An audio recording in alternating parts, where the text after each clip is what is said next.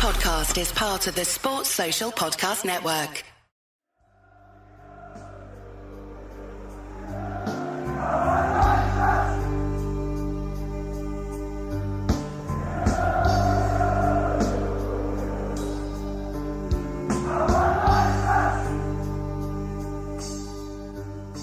Hello dear listeners, welcome to a Midsummer's edition of Achtung Millwall in the very strange period of post-loss of Matija Sarkic and the onset of the regular business of the football season.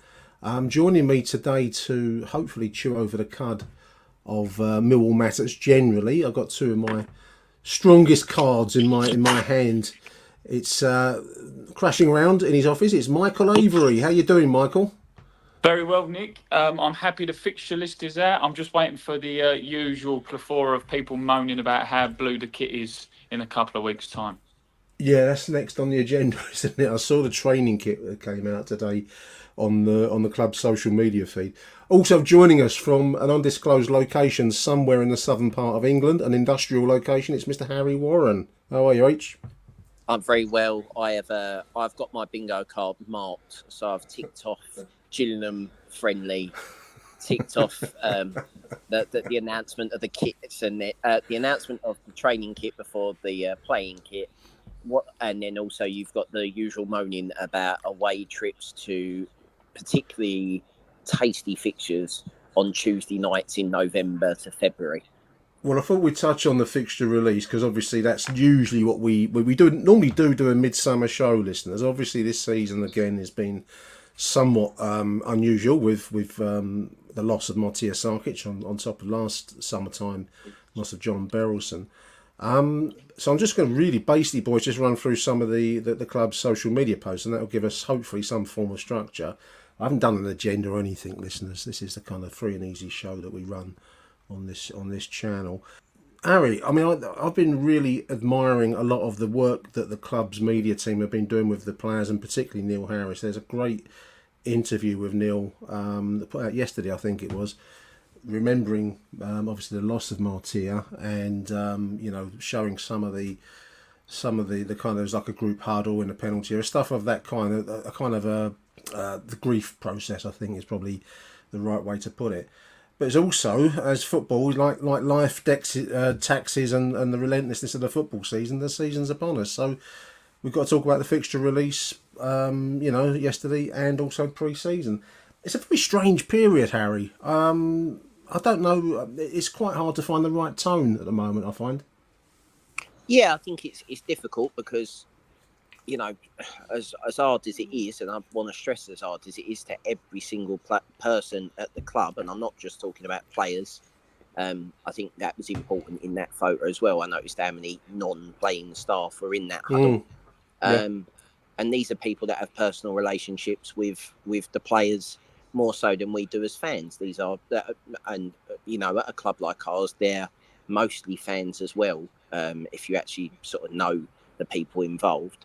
And now they're grieving in public in a way, and unfortunately they can't, because it's professional sport. You can't do what you'd do if you were really struggling at your workplace normally and take some time away and time off and come back and somebody else has picked up your account that you run or X, Y, or Z. The season will start on the first day of the season, and the relentlessness of Championship football and professional sport will start. And unfortunately, I think it's important to. Obviously, I don't know Sarkic at all. Never met him. No.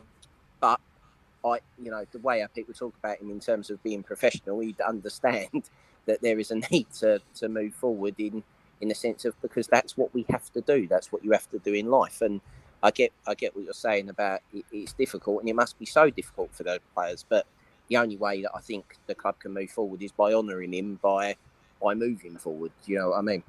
I agree. Michael, I was listening to Neil Harris's interview yesterday. It's as with all of these things, I don't know about listeners out there, but certainly from my perspective, it chimes in with personal losses. I remember well when we lost my mum 10 years ago. You're in the midst of a personal and familial loss and grief and disaster and all that kind of thing. Your world is changed upside down.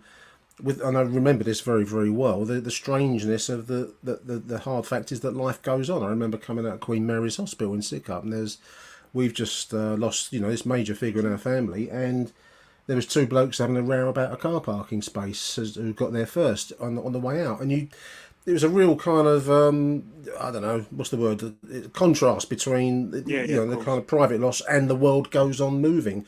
And football is as Harris just said, it's a relentless business, and whether we like it or not, you can't stay stuck in the grief cycle for long. We just don't have that ability. I thought Neil Harris touched on that quite nicely. I don't know if you've seen the interview, Mike. Yeah, I have. And the thing is as well, is ultimately, like you say there, and you don't want to get too methodical about the whole thing or seemingly cold, because that's not what we mean at all. But I think there's probably more pressure in football, because a bit similar to what Harry said there, where you could have a couple of days away, or you've got some time to reflect, everything like that. In football, let's not beat around the bush. You've got windows, like transfer windows. So not only is what you've got to do needs to be done relatively quick, if it doesn't get done in a certain amount of weeks, from a business point of view, and again, this I certainly do not mean this to sound cold, but if we don't do any kind of business that involves reinforcing our goalkeeping team or anything like that by the end of August, we got a problem. I can't see there being any dispensation for us as a club. I don't think that would even apply. I mean, it's a hard truth that football just doesn't really make accommodation for these things very easily. And you're right. And like I say, and like you've sorry, I didn't mean to interject there. Apologies, but we had everything last year with John Berylson. We've had overhauls of club staff, which we've discussed, or you guys have discussed on a previous show.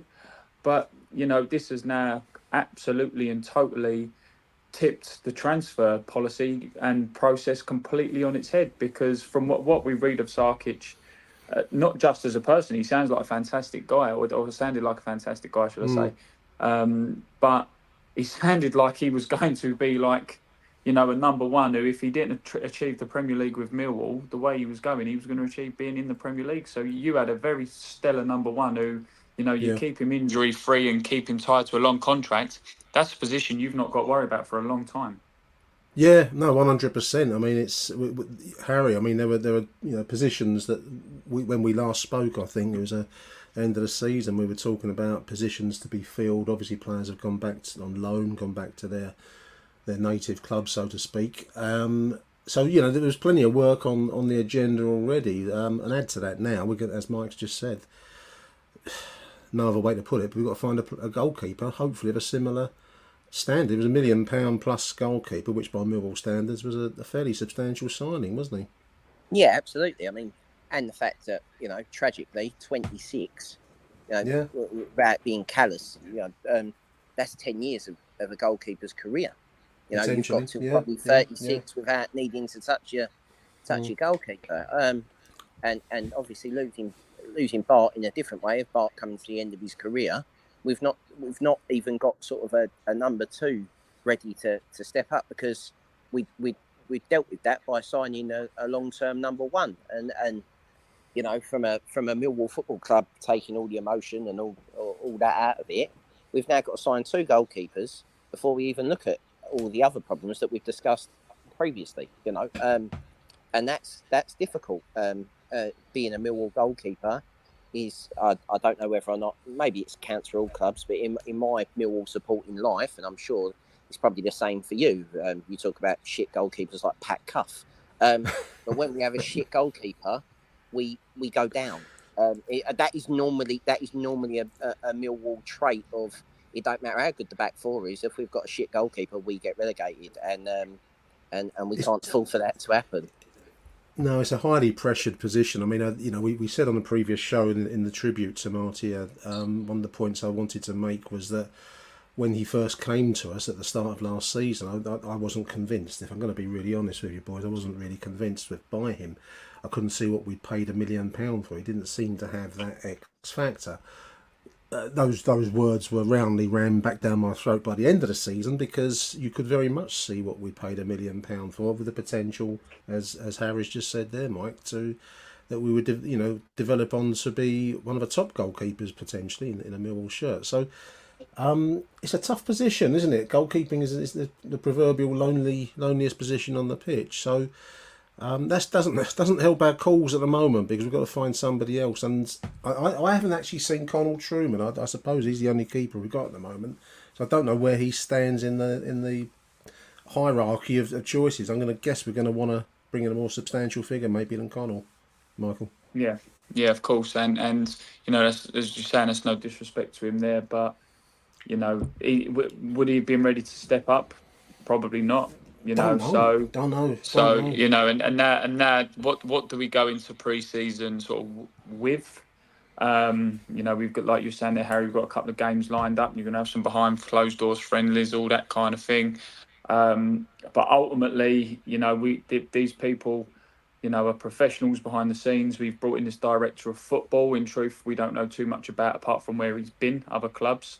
Let's just see how we get on. I think the one thing I will say, it was touched on online and stuff, and when you just mentioned it there at the beginning, it's awfully sad, obviously, what happens, but I think it does show the togetherness with the club and the fan base. This is the second year in a row something as tragic's probably happened, in different contexts, obviously, with regard to a backroom staff member last year, as in John, the chairman, and then obviously Sarkic this year on the field. But it does show the togetherness of the club, because not many other clubs, if they go through these kind of tragedies, really come together like we do.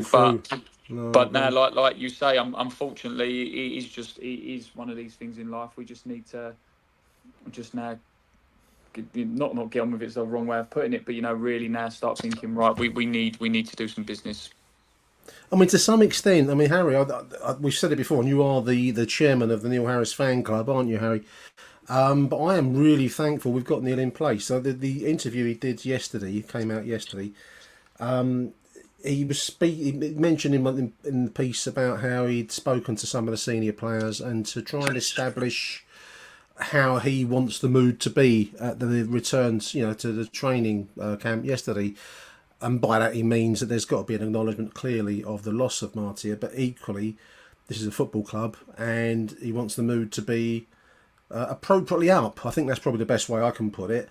And I thought I'm so thankful that we've got Neil in place, because it takes a substantial figure to say that and bring it to pass, Harry. Yeah, talkers talk, don't they? What we're learning in management is that, in terms of, you can as a Millwall figure, is there more of a Millwall figure alive than Neil Harris? And I know people take the piss and whatever you like, but I don't know why. And you can't, but I know Millwallness is going to get fucking, get trapped online, but I don't like Millwallness as a term. It's kind of. We've got to come up with another one. We're going to have to come up. We'll have to think about it. Another one, but listeners, suggest something else beyond Millwallness for us. Come on. Yeah, but it's an understanding of us. I'd call it. My granddad ain't about anymore, but he was from the fucking docks and had lived in Bermondsey his entire life, and it's that working class, relentless, fucking downtrodden bit of life, and your Millwall. It's a take no prisoners kind of idea, isn't it? Yeah. Well, it's you either get us or you don't, and I don't think any Millwall players who are not Millwall fans. I think you've got to be a special type of person to become a Millwall fan. I don't think it's anything other than to turn around and say that Neil Harris is now a Millwall fan. Even when he's away from us, I think there's a massive soft spot you can see whenever he talked when he wasn't with us. Yeah, absolutely. But to now be in charge, the key thing is that we lost a leader in John Berylson. Clearly, that was very clear, and the club was rudderless.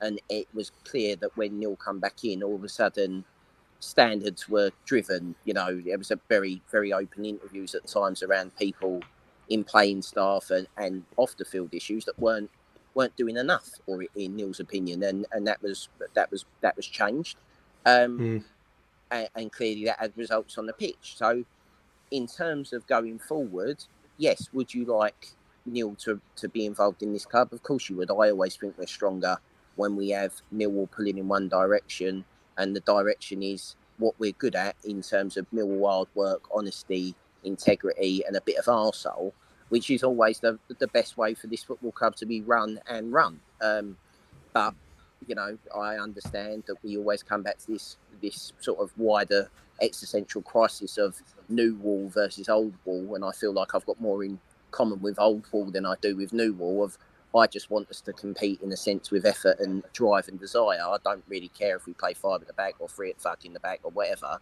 I think the wider thing is that when we have someone like Neil who speaks about the club how he does and gets that dressing room and fan synergy going, we are stronger for being united together than what we have been previously. And for all of the success on the pitch in recent years, I don't think we're as connected as we are now. I can't really see. I know it's the off season, so that probably go out by the time 3 o'clock comes round on the first day of the season.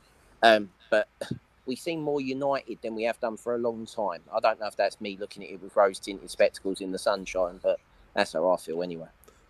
I agree. I hope there's a realism amongst the support, because this is going to be a tough season. Already I saw someone posted on Twitter yesterday, Mike, about we haven't signed anyone for pre-season fixtures. I mean, apart from the alluring trip to Gillingham, which is an annual feature of the Millwall, the Millwall July, the trip down to the Priestfield Stadium along the A2.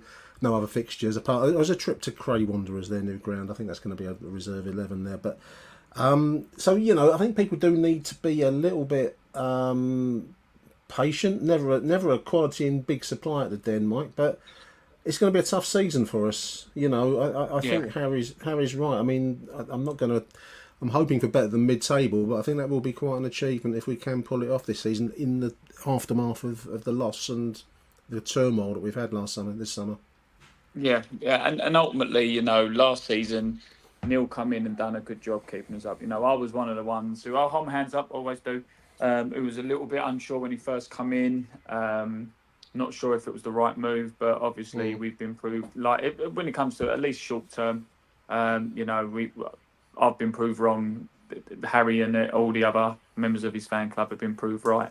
But ultimately, we finished in 13th under Neil Harris.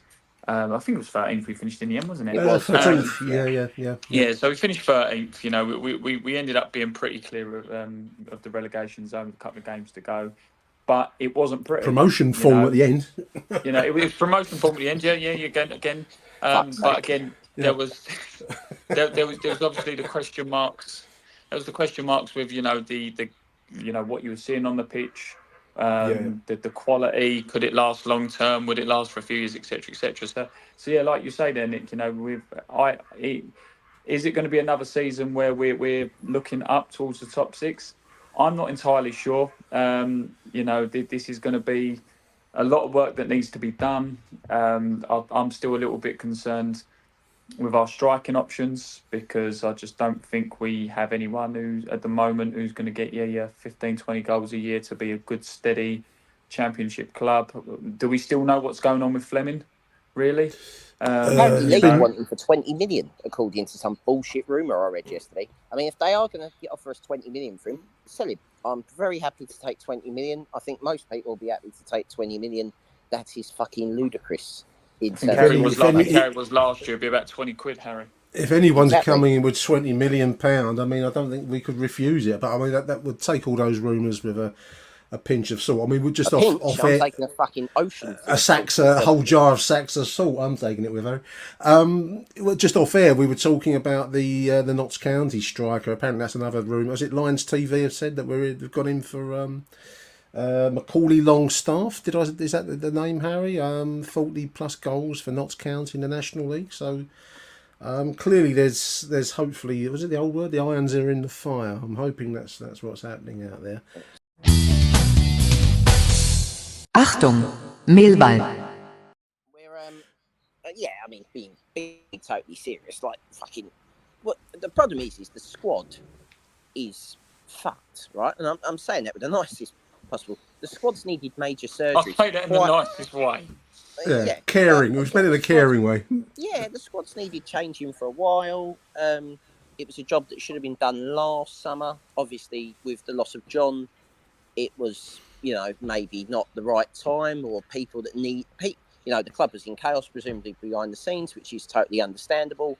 But unfortunately, football moved, and that 13th place finish, with the greatest deal of respect to Neil Harris and everyone else, it's because the league was split into two. There was the promotion race, and then the race not to get relegated with everyone else.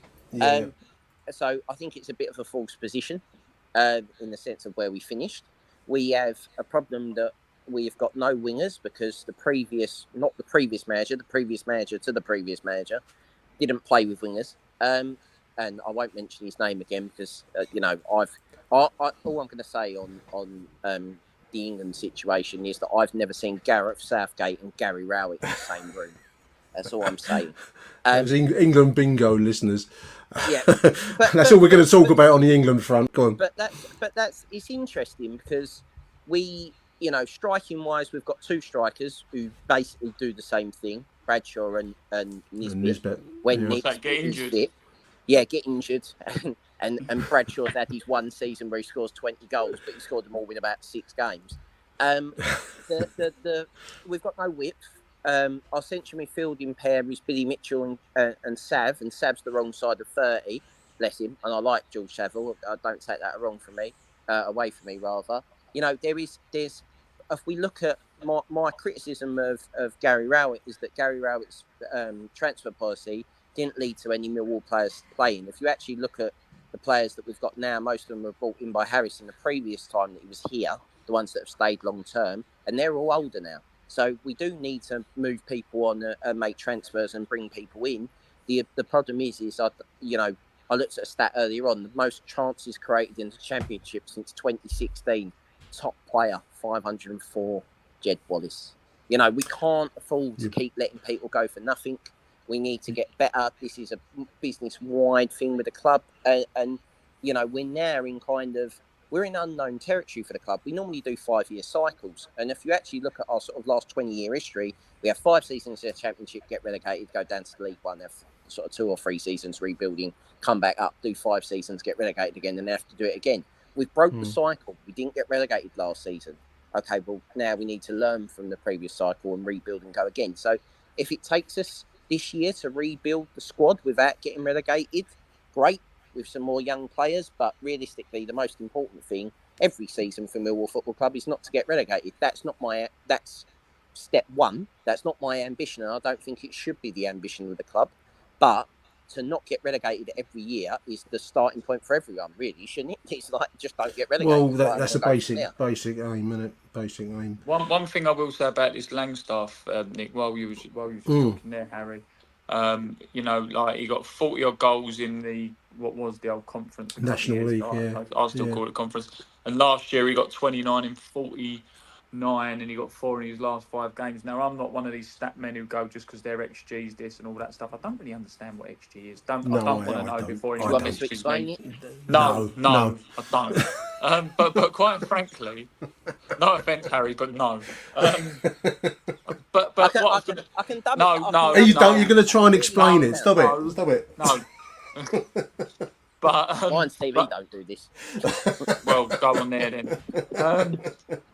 But what I was going to say was, sorry, Dan. What I was going to say was ultimately, I quite like it when Millwall. It might be me being old-fashioned and like we were saying about the new wall and other thing.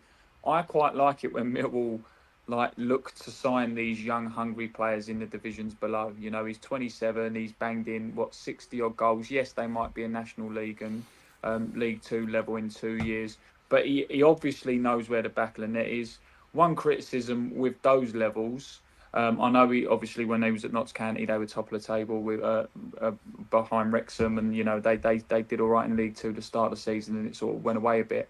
But you don't necessarily always get the kind of service at League One, League Two level that you get in the Championship. With a little bit better service Could he get more goals? Again, you don't get as many chances in the Championship as you do in League One, League Two. I know there's that side of the argument as well, the Lee Gregory thing. Lee Gregory always scores goals in the lower divisions. But I'm a lot happier looking for players in their late 20s who can score goals in other divisions rather than maybe taking a punt on the loanee from the Premier League. Now, that's no knock on any young fan who prefers that or any young player who's come in, because Norton Cuffy's done well. And, you know, we have had some gems come in. But I think this would be a shrewd bit of business, because if you've got these kind of goals at League Two, National League level, you're going to be a sought-after player. So it won't just be Millwall that comes in for him. This is only a rumour, though, boys, isn't it? This is not a done deal or anything of that kind. This needs more of the salt and vinegar that we spoke about already, Barry, before we get too excited. Yeah, I get that, but that's the kind of, I agree with Michael. It's the kind of player we should be looking at. That, you know, absolutely, it's the kind of player, I agree. You know, with the greatest deal of respect, I will use a direct example. Obafemi was never coming to Millwall Football Club permanently. That deal was never ever going to happen. And the reason is simple finances that everyone seems to forget. People online, and maybe the younger generation, I'm directing this directly to you. You know, it's not FIFA.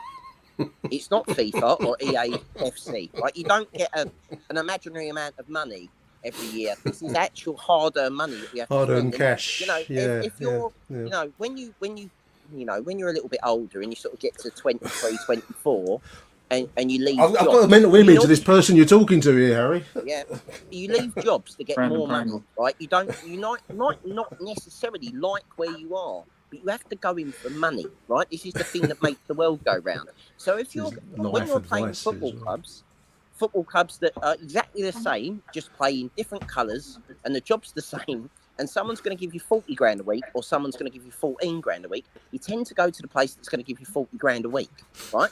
And Millwall ain't in that realm. We're nowhere near. So we can't have the people that have once been on 40 grand a week, because it doesn't work on the way down. We need to take people on the way up, and they need to come on our journey.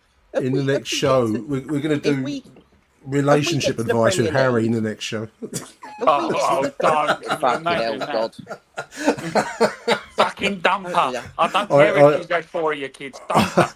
I had to laugh. I think just going back to before we leave Neil's interview, I think he let slip that there might be, talking about pre-season trips to Crawley Wanderers and to Gillingham. He let slip there might be a foreign-based training camp with a fixture, and I don't know if Max wanted that revealed or not, but they seem to hint that might be something. Now, I don't know whether that foreign fixture might be in Gaza City, listeners, or Palestine away. Palestine away. Tehran Wanderers or something. Oh, God, yeah. Camp in the mountains. Well, we used to go on pre-season tours in the Republic, like Bohemians and all that, didn't we? Yeah, very pleasant. But I mean, I don't know. I mean, we're making light of. I don't even know if that's a real thing, or whether it was squelched as Neil dropped there. I think it's. I mean, the rumours in the group chats that I'm in. You're privy to. We need to get in these group chats, Harry. Well, it's normally Phil. It's Phil Clark's group chats. We'll claim Phil is there's people claiming they know. There are people that claiming they're in the know, and they're saying where. There's a lot of people in the know. Yeah. We shall wait for official confirmation, but imagine the furore online if we actually get a foreign game where we're allowed to go to. Imagine that. I mean, that would be a positive for the season before we even started. Even if it is in Libya, Tripoli Wanderers away or something. How exciting would that be?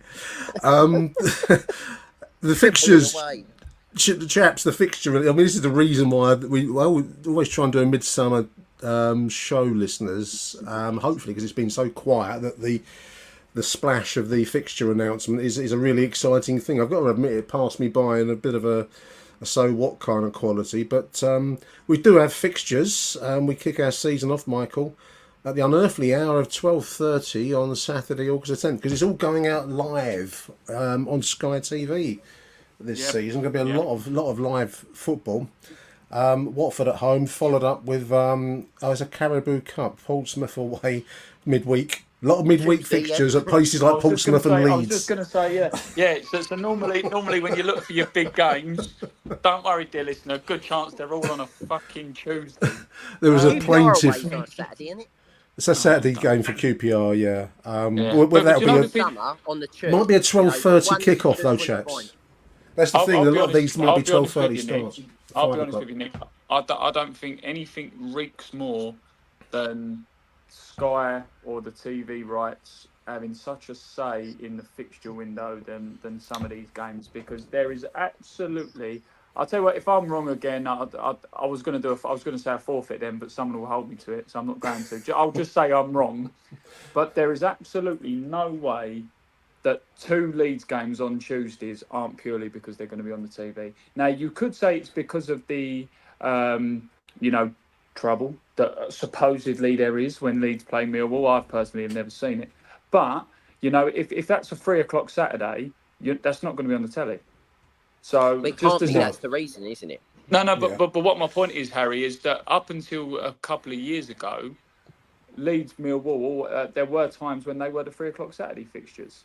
You never really got like what we had like last year, where it was 12:30 at the Den and then on a Sunday at Ellen Road.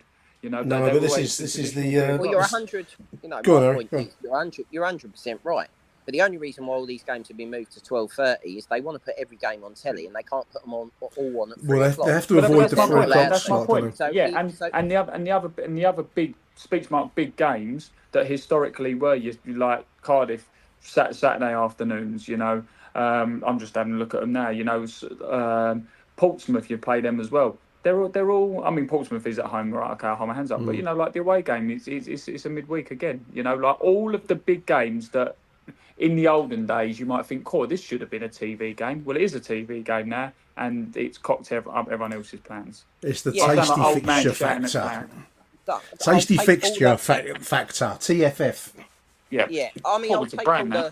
I'll take all the sort of Millwall wanting to go away on the Saturday stuff out of it. It won't solely be for Millwall.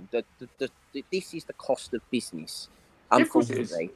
And but it's not right, and I'm not sitting here saying it. But I could have told you when they signed this deal that this is exactly what was going to fucking happen, because the 3 o'clock kickoff, basically, the sanctity of 3 o'clock kickoffs was destroyed by COVID football, right? And so they haven't got their European Super League, but they've basically got what they want. They've bent over and let the fucking Football League fuck them over and Sky TV fuck them over, because you've basically broken the 3 o'clock sector sank by moving everything to 12:30, and now every game's on telly, and the attendances will drop because it's 12:30 on a Saturday, and unfortunately, this is the modern world. They don't care about us as match going fans. They care about in the outer fucking Mongolian jungle, a pub fucking watching it and paying 3 times the amount that you do already extortionately for your subscription. They'll get more money from that pub all the way out there, and that's what they're interested in. No, I agree. Or This- in the States or fucking whatever. The sad reality, listeners. I mean, Harry said it there. As the Jam said, this is the modern world. Big money deal. Sky have paid a lot of money for this deal. Not as much as Premier League, of course. This is Championship football, but still, it's a major television deal. The split seems to be, chaps, that there'll be a couple of Friday night live games, 8 o'clock kickoffs Friday nights. 12:30 seems to be the favoured time for the reasons that Harry's just touched on. The 3 o'clock. The blackout zone still exists, so probably they'll keep lesser fixture, so to speak, to the 3 o'clock. I don't know if there's a 5:30 show on the Saturday, but certainly there's a Sunday slot and then a Monday night slot. So they'll be spreading fixtures across the whole weekend. Am I the only and one in who Ritz- doesn't like that? I didn't mind that late Saturday slot that they had in the Premier League, and I know a lot of people moan. 5:30, the 5:30. No, not the 5:30. The other Oh, the one, 8 o'clock. 7. The 8 o'clock. The 7:35 or whatever the fuck it was. Yeah. I actually didn't mind that as an idea, because that fully embraces the Saturday. If you're the away side, as long as you can get back with public transport, within reason, that fully That's a big if embraces sometimes, the away Rich. day. That kind of embraces the away day. Whereas the fucking 12:30 is a piss take to everyone involved in an away day. You're up at fucking. Well, it 4 o'clock. destroys away If you're travel. Plymouth, you're Plymouth going to fucking Sunderland. Yeah. What time are you fucking leaving for a 12:30? You'd be leaving in the middle of the night, wouldn't you? You'd have to be, the night You before. might be but- leaving at 12:30. You might be leaving at 12:30 a.m. to get there for a 12:30 kickoff if you're going by public transport or whatever the fuck they are. I mean, effective because it's being shown live on television. I suppose that's the counterweight to the fact that it does destroy a large chunk of away support. I mean, to get, as Harry said, get down to Plymouth for a 12:30 start is ain't gonna happen. very, very, very difficult. Nothing's impossible. Very difficult. Yeah, and that's ultimately the thing. I mean, you know, like we say there, you've got, looking at it now, you've got Leeds away on a Wednesday, you've got Plymouth away on a Tuesday, you've got let's have a look on Cardiff away on a Tuesday, Cardiff at home on a Tuesday as well. Yeah, we always say, don't we? We're it's a bit like broken record. You always look for the first game of the season. You always look for Boxing Day. You look for New Year's Day and the last game of the season. Then you might, depending on who's in your league, you know, you might look at your Leeds, you might look at your West Hams if they're down with us, you might look at your Crystal Palaces. But ultimately, like you say a little bit earlier on, Nick, you sort of look at it now and you're a bit like, okay, all right, it's sort of, you sort of half miss it now. Where fixture deadline, or what's that called, the fixture release day was such a big deal. Yeah. I sort of half forgot the fixtures were coming out. Yeah, no, it popped out yesterday morning at 9 o'clock, and I must admit, I knew it was going to happen, but I didn't look till. Normally I'll be hanging on it, but you know. But one thing I will say though, and let's spin this on his head and let's be positive, because you all know how positive I am as a person. Absolutely, Mr. Sunshine, Mr. Sunshine. That's exactly what I like to think of myself. Thank you. You're the yin to my yang. That's exactly what it is, mate. But one thing I will say is it's actually, it could end up being to our detriment. Let's knock on wood that it don't. But it's actually good to see a very strong championship again this season. You know, normally you do get some teams who are up there a bit like, in the nicest way, like your Burton Albions or your Wigans and all that kind of stuff. But you're now looking at games where, do you know what? You don't know what's going to happen, you know, and it does bring back everyone. I know for marketing reasons they like to give it a whole, you know, oh, it's the most unpredictable league in the country and all that. Well, it's the best league in the world, isn't it? But that's what I'm saying. If you look, Harry, right, I think it's kind of, in a way, reset itself. You've had some big teams go up and down over the years, but you're back to where you've got, you know, Leeds United. Looking at it now, Leeds United, Stoke City, Sunderland, West Brom, Middlesbrough. These are all big teams, and you could probably argue, and I know, like Harry, you was quite an advocate for we should have done what they did last year, but you could actually quite easily argue that Luton Town, who came down from the Premier League last year, are probably one of the smaller clubs in the division, and they've just come down from the Premier League. Yeah. But another thing they'd be one of my favourites for promotion automatically. But you know, you look at those teams, you're right, you look at all them, but all of those teams, every single one, you know, it's a bit, other than a couple of London clubs and outskirts of London, you know, there's going to be Oxford, probably the smallest club in there, budget-wise, presumably, with their three-sided stand stadium. I don't know how that will play on TV. I'm sure Jim Rosenthal will be very interested. But they're fucking, you know, there's this feeling that if I was comfortable and I thought everything was right, you know, we could have a right good go, because I can't really see anyone being amazingly fucking good. I don't think there's going to be. I think last year was a fluke with Ipswich and how good certain sides were. But realistically, other than Ipswich, I wasn't blown away by anyone really of how good they were. And the teams that went up, you know, they went up. The teams that have come down, some at Sheffield United were fucking awful. Luton weren't particularly much cop, although they probably will spend their money quite well. Or they might do a Millwall. The parachute factor. Well, they might do a Millwall. They might have money for the first time in their life and spend it like a kid, you know, in a sweet shop with their £10.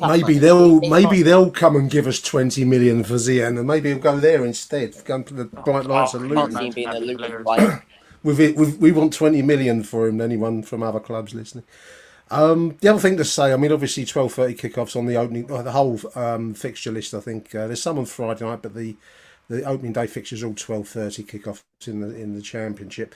Everything else at the moment is listed at traditional 3 o'clock and quarter to 8 in the evenings, but that may change. I think Sky, the TV deal, Sky have until next week to select their games for showing, so that may change kickoff times for some of the fixtures. Watford Portsmouth in the League Cup, but then Bristol away, Hull City away, and Sheffield Wednesday, and then Luton in September. So those kick-off times may change yet, listeners, so don't go booking any train tickets until you've got that confirmed. I think the deal is that Sky have until next week to choose their games for August and September, kick-off times, and then by the start of the season to make their selections up until the FA Cup round, the third round. So you will at least, scant consolation, listeners, have some some certainty as to kick-off times for travel if you're going to make the trips. It's not much consolation, but there it is. Achtung, Millwall. There's not much good news, but that's the only bit of good news. I'm searching, accentuating the positive, as they say, Harry. Some good news. Ryan Leonard's extended his contract. I'm just flicking through the club's Twitter feed here. Good news.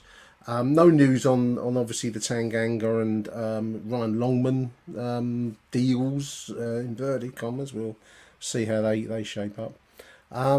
Alex Mitchell, Harry, transferred to Charlton Athletic, and he spoke with awe about the Valley like he'd seen the Bernabeu Stadium for the first time. Good PR, that, isn't it?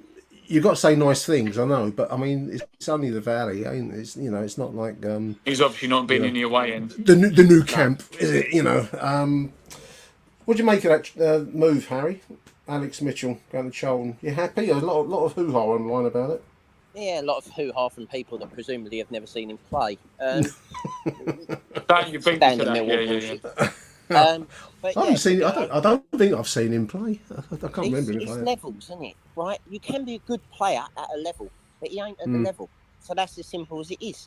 You can't moan about the club not having any transfer budget, and then moan when you sell people that clearly aren't deemed as good enough. We had 3 managers last season. None of them played him. I know he was out on loan, but we've had previous managers who don't rate him. So it's as simple as it is. These are things that happen. Football clubs sell players. It doesn't have to be a they have to make choices as well, don't they? I haven't seen him play, so I haven't joined in the. I've neither said hurrah nor boo to the deal because I haven't seen him play. But as you say, did you do the Alan Partridge sort of shoulder shrug? No, we've all heard good things about him at Lincoln. I think he was playing at Orient, and I think I've got an Orient season ticket holder who said he is not championship level. Good player, but not championship. And I think, or and not I think, top half. and I think, okay. I think in truth that's kind of the point you're making, and that's what I was going to sort of allude to as well. Is that ultimately, you play pre-season games, and it's happened at Millwall where you see someone in pre-season and they look absolutely quality, and then they just don't turn up. A good example back from the late 2000s was like Philip Moraes. He had that great game against Charlton. There's a name from the past. Yeah, and in the Alan McCleary testimonial, and he had a few bits here and there, but he done nothing. Mitchell, again, never seen him play. All you hear is these stories, and he might look good when he's been loaned out to Bromley, where it was no disrespect to Bromley and Lincoln, but when he's got to be playing against Leeds United when we fall from bottom in the table, is he the sort of player you want to come in? Maybe not. I haven't got anything ill against the boy. Good luck to him, and let's be honest as well. We said, I just little read his interview there, funny enough, Nick, as you were saying it, Charlton is a massive club, speech box.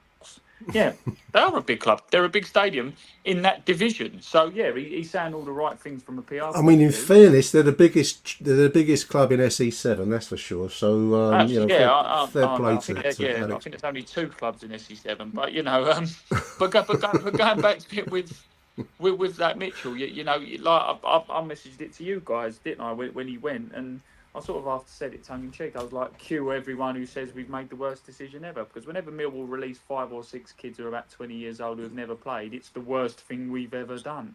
And then none Don't get Neil Fizzler on. We'll be calling it the death of the club next. Well, the thing is like for every you had to get that in, didn't you, H? For I will sit upon my horse and bang my drum.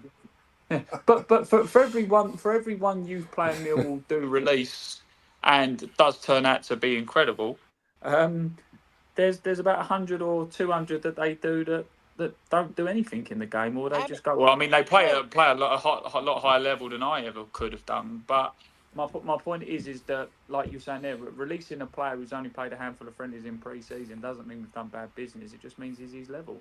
Yeah. Well, look at Chelsea. Look at how they hauled young players, or previously had done from their academy, and how many of them actually make Chelsea first team. Yeah, they go and normally they sell them for a profit, or they release them and they go on to have other careers. There've been notable ones where they've got it wrong. De Bruyne, Schürrle, there's others that they got wrong about. But fucking, everyone makes But even mistakes. then, that's gonna happen in football, So Exactly. it's gonna happen, isn't it? We've Well, got absolutely, and then you've got to look at Millwall's size and what's around us in terms of what the competition is. Yeah, there's more people who live in London. There's more local boys to pick from, but down the fucking road, you've got, with no disrespect, like you've got Elise and fucking Eze ripping it up as fucking youngsters. Elise going to Bayern Munich off the back of playing for Reading and Palace.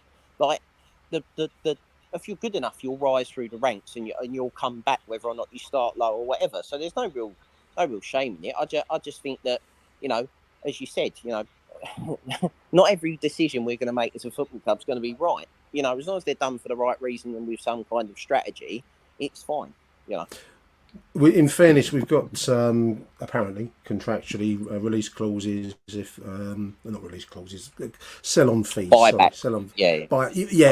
If he should turn into the next Franz Beckenbauer at Charlton, and we will be in the money. £20 million if he goes for 100 million to somewhere. Anyway, we'll see. More 20 million. Every player I want 20 million for now. The another positive. We're trying to do positive stories on this show, listeners. We are the positive podcast. I was pleased to see the training gears on sale, chaps, which is a rarity because normally this all goes on sale after the season started and before people have gone on holiday. But we've actually got at least the Millwall travel and training gear. And it don't look too bad, Harry. I'm no fashionista. It's too old for all that. But it looks all right. The stuff looks okay. I don't know if you've seen it. I haven't seen it, and this is going to be the bit where I hand it over to our club shop update person. For what do you make of it, Michael? Nice. I'm trying to describe it. I mean, also the photos on the Fanatics website, listeners, give the impression if you slide on this sweatshirt, you will be have a well developed chest and shoulder regime and the kind of a 6-pack. Stomach. So if they're selling that as part of the deal, I say it'd be £60 well spent on it. Have you put your order in already then, Nick? Well, I could use it. Yeah. My daughter took a picture. I can see you strutting around South Birmingham next season wearing it. Listeners, my daughter took a picture of me the other day from a very unflattering angle, and I thought, Jesus Christ, I've got to get running again. I've got to do something. I'll tell you what, I've got to buy one of those new tops quick instead of going to the gym. I'm getting myself a Millwall Irrea players training top, just like Billy Mitchell wears. 57. And it looks all right. You too, dear listener, can look like Kevin Pressman. There's a vest. There's like a training top for showing off your guns, Harry. Have you got guns? All training kit in black is better. All I'm saying is black is slimming, right? It's much better than the orange kit that I wore in pissing down with rain. And in the camera of the from the game, I looked like I've eaten a small rhinoceros in that orange kit. That's all I'm going to say. And it looks like I'm running like one.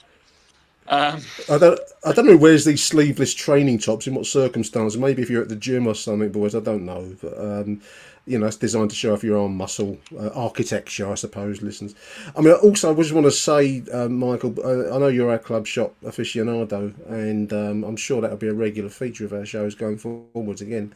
I hope. It's what the fans want to hear. It's what the fans want. These look. But normally they can't get one of them either. These garments, these pieces look wonderful in the photos, but I can't vouch for their washability and whether the badge will come off after 1 40-degree wash. Yeah, like my boy's shorts did. To be fair, the error stuff that I've had previously, like for knocking about in like normally when I travel to play football or whatever, I might chuck some Millwall training gear on just to get changed into and shower. Give it a rest. With HW written on them, yeah. No, mine don't have strutting around HW written on. Sunday Mine League. don't have HW written on them. Fuck's sake, we ain't that club. But basically, they tend to wash up all right compared to. Funny enough, the Macron stuff was always the one that was fucking dodgy as fuck. One wash Macron. Yeah, one wash before but normally it was the eye and husky that went for a walk, weren't it? Normally that was at the bottom of the washing machine with the colour catcher. No. Incidentally, it's Husky, just no Husky. You mentioned it's the Wicket group on the training gear. I don't know if they're shirt sponsors or what became of Husky. I'm going to guess the legal action kind of spoilt the relationship there. They're not. They're definitely not. Yes, somewhat. Yeah, they're not in. What do you call it? They're not in any motorsport at the moment. I've noticed that as well. That's been quite sudden. So a sudden cash flow situation. I mean, relationships can survive many things. I do know that Ozzy Osbourne once attacked Sharon with an axe, apparently, in his pomp, and they're still together. So you can get past these things, but there we are. Fuck me! Have you seen how much these tops are? Yeah, they're £60 plus, aren't they? They're expensive. I didn't mean to swear. £65 for a hoodie. Yeah, it wants to be a good hoodie because you can go just get plain hoodies on Amazon for about £10. But anyway, £40 for a vest. Here we go. It's the stand. This has slowly turned into the club shop update, hasn't it? £40 for the best, dear listener. Yeah.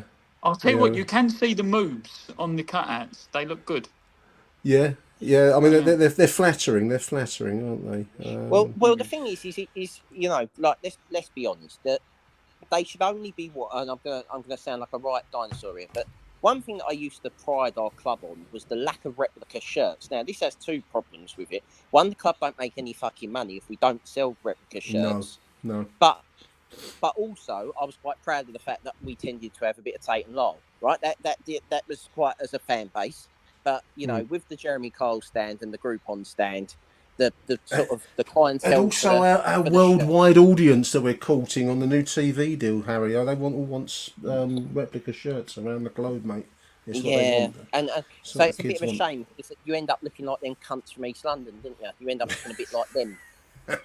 With popcorn.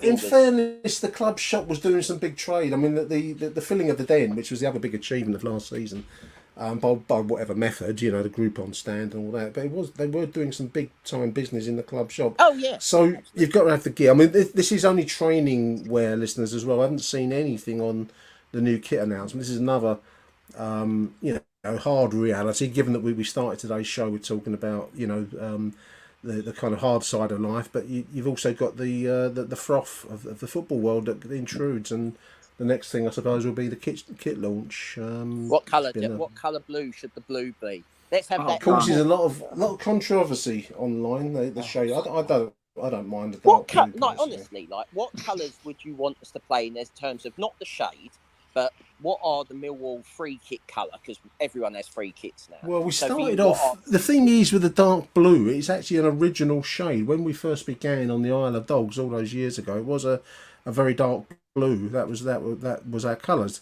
It was changed to a lighter blue, a royal blue, I suppose, during the 1930s to try and be a little bit more flamboyant, and that became the Millwall blue in the eyes of many. But personally, I don't get hung up on it. If it's a blue shirt and it's got a Millwall badge on it, that's it's good enough for me.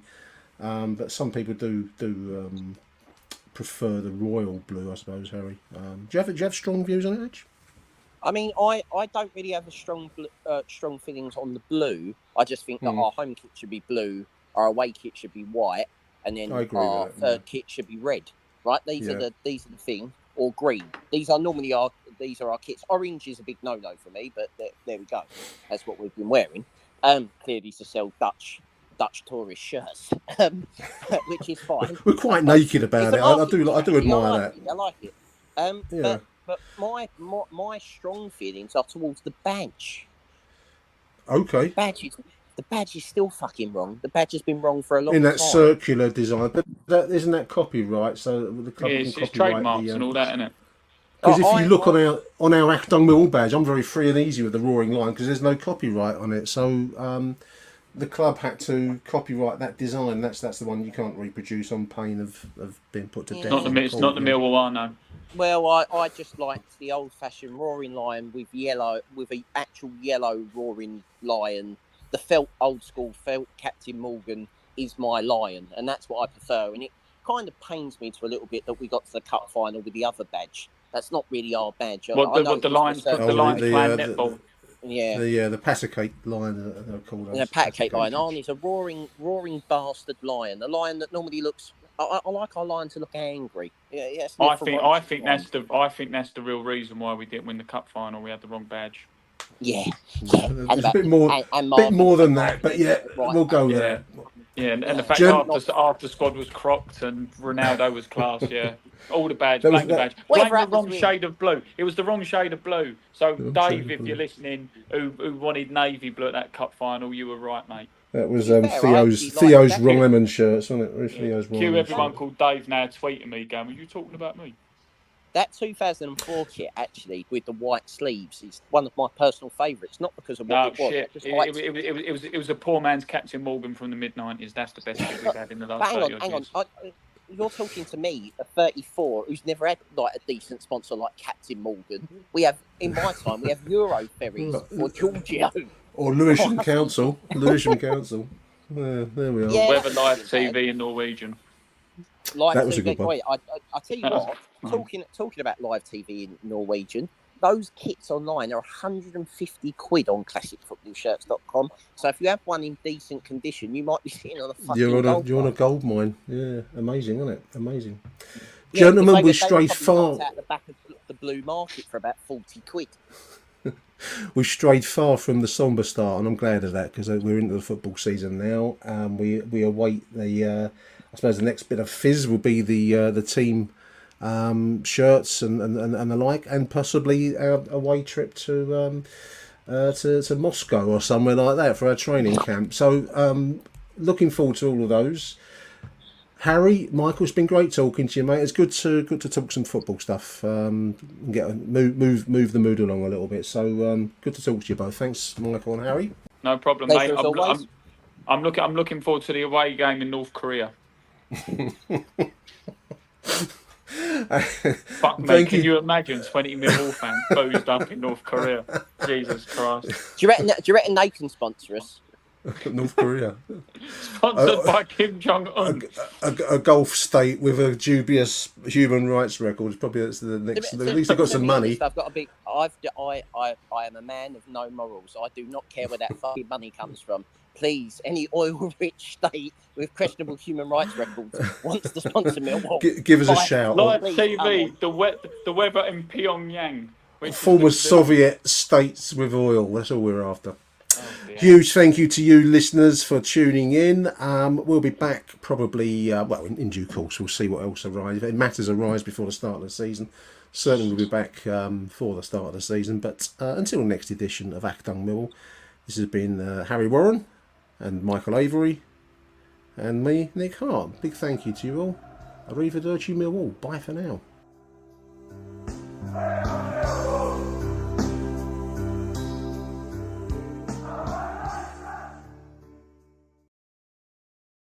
Sports Social Podcast Network.